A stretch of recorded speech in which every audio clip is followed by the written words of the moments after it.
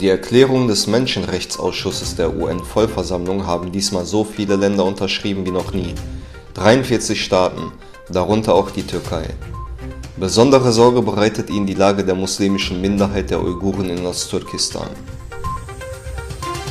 Xi Jinping sucht nach Auswegen aus der Energiekrise und ermahnte die Benzinindustrie, die Versorgung sicherzustellen. Er betonte, dass China seine Energieversorgung sicherstellen müsse, dazu kommen auch fossile Brennstoffe ins Gespräch.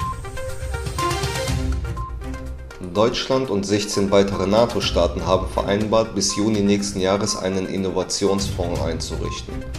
Über ihn sollen mindestens 1 Milliarde Euro in Technologien investiert werden. Diese könnten zur Stärkung der Abschreckungs- und Verteidigungsfähigkeiten genutzt werden. Austin, der Verteidigungsminister der USA, sagte, dass die USA die Ein-China-Politik akzeptieren, aber Taiwan bei der Verteidigung helfen würden. Die Frage, ob die USA selbst Taiwan verteidigen würden, ließ er offen, aber bemerkte, dass aufgrund der Haltung Chinas immer mehr Länder das Bündnis mit den USA suchen. Die Ministerien für Berufsausbildung und Jugendsport werden bei offiziellen Schreiben nun auf Französisch verzichten. Die Ministerien teilten über ihre sozialen Medien mit, dass Arabisch nun verpflichtend sei.